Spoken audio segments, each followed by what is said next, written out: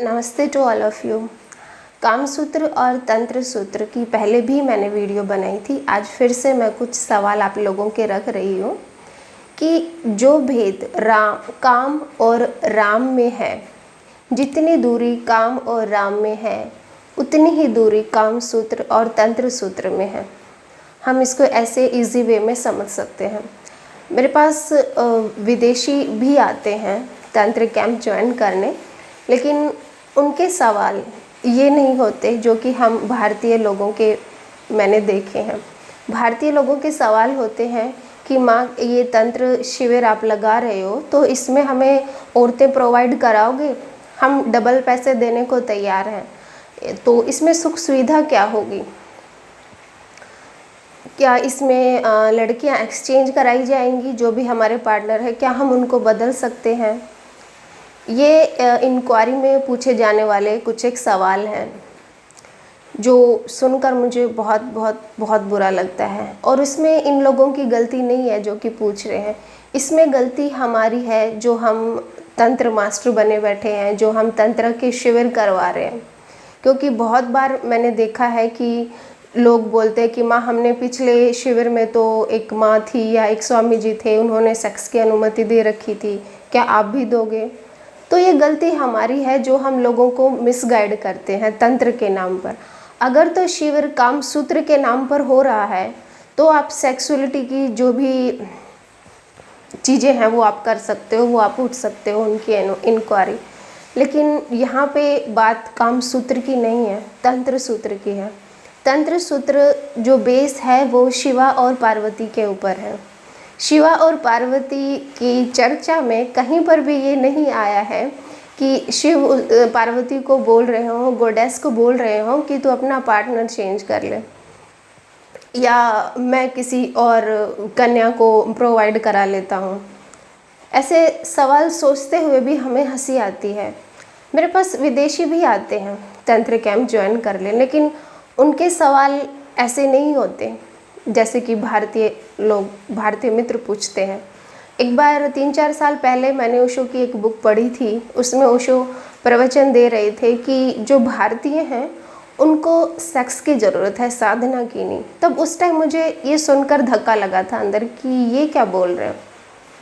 लेकिन धीरे धीरे जैसे मैं अपने प्रति ईमानदार हुई, जैसे जैसे मैं साधना के प्रति ईमानदार हुई, जैसे जैसे मैंने शिविर और कैंप लेना शुरू किया, तब मुझे फील हुआ कि हाँ, जो हम भारतीय हैं हमें संभोग की ज़रूरत है, समाधि की नहीं। अभी तो नहीं, एटलीस्ट संभोग से समाधि की ओर जो यात्रा है, अभी तो हमें संभोग को ही अच्छे से समझना है। और इसमें कोई बुराई भी नहीं है, सेक्स एजुकेशन बिल्कुल होनी चाहिए क्योंकि यही तो आधार है हमारा समाधि की ओर जाने का। तो संभोग को भी समझना चाहिए बिल्कुल, लेकिन समाधि के नाम पर अगर संभोग के कैंप हो रहे हैं, समाधि के नाम पर अगर हम संभोग के ग्रुप बनाकर उनमें जो भी वल्गैरिटी फैला रहे हैं, वो बहुत गलत है। या तो हमारे अंदर इतनी हिम्मत होनी चाहिए कि हम सीधा लिखें कि भाई हम काम सूत्र के ऊपर आपको एजुकेशन दे रहे हैं, तो वो एक बेहतर उपाय है, वो एक साफ सुथरा मसला है। अगर आप तंत्र सूत्र लिखते हो, तंत्र सेक्स या तंत्र कैंप लिखते हो, तो उसमें आपको पता होना चाहिए कि सेक्सुअलिटी और सेंसुअलिटी में बहुत दिन रात का फ़र्क है। ये मैंने पिछली वीडियो में भी डिस्क्राइब किया था, आप दोबारा सुन सकते हो। जिन्होंने नहीं सुना है वो दोबारा वीडियो सुन सकते हैं, फर्स्ट पार्ट काम सूत्र और तंत्र सूत्र का। और दूसरी बात ये कि जो तंत्र सूत्र में हम एक मसाज का कॉन्सेप्ट हमने डाला है न्यू तंत्रा में, तो उसमें मैं आपको साफ क्लियर कर दूं कि इसमें लिंगम और योनि मसाज नहीं होता। तंत्र सूत्र में अगर हम मसाज का कॉन्सेप्ट डालते हैं तो तंत्र मसाज इसलिए होती है क्योंकि जो हमारे पास्ट लाइफ के रिग्रेशन है या हमारे इस लाइफ में जो हमारे अंदर शरीर के अंदर गांठें बनी हुई है या जो हमारे चक्रों में ब्लॉकेज है, हम अपनी जो भी तंत्रा मास्टर होता है वो अपनी पावर से उनको रिलीज़ कर सके, जो इमोशंस हमारे अंदर हैं उनको रिलीज़ कर सके। हम एक फिज़िकल भी और मेंटली भी इमोशनली भी एक स्वस्थ दृष्टिकोण अपना सके, हमारा जो बॉडी है वो भी स्वस्थ हो सके, माइंड भी, और हमारा हार्टेडली जो इमोशंस है वो भी, वो हमारे भीतर जो भीतर एक दबा पड़ा है ना, जो हमें बाहर निकालने की ज़रूरत है, मसाज उसके लिए होती है। मसाज सेक्स के लिए नहीं होती।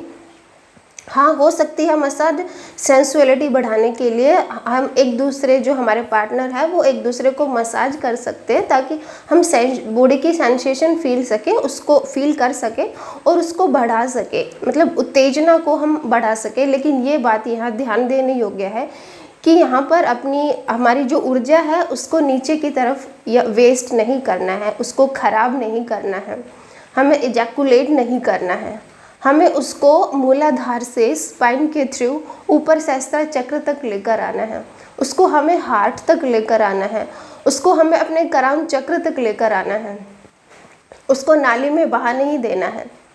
तो तंत्र मसाज इसलिए होती है। तो मेरा सभी मित्रों से जो कि तंत्र मास्टर हैं उनसे कहना ये है, उनसे एक रिक्वेस्ट है कि आप बेसिक इन्फॉर्मेशन ज़रूर दें लोगों को ताकि वो मिसगाइड ना हो। और जो एक हवा बना दिया जाता है सेक्सुअलिटी को लेकर या उसको तंत्र सूत्र से जोड़ दिया जाता है, तो वो जो अंदर एक भ्रम रहता है लोगों के वो ना रहे। कम से कम आप 1 महीना या 3 महीने क्लासेस लीजिए लोगों की, उसके बाद आप अपने तंत्र कैंप में लोगों को इनविटेशन दीजिए या उनको एंट्री दीजिए।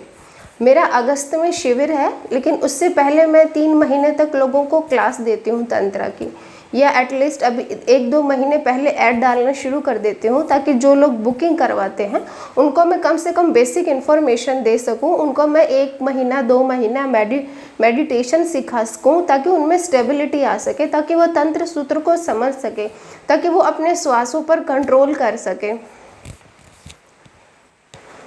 Thanks for listening me and stay tuned.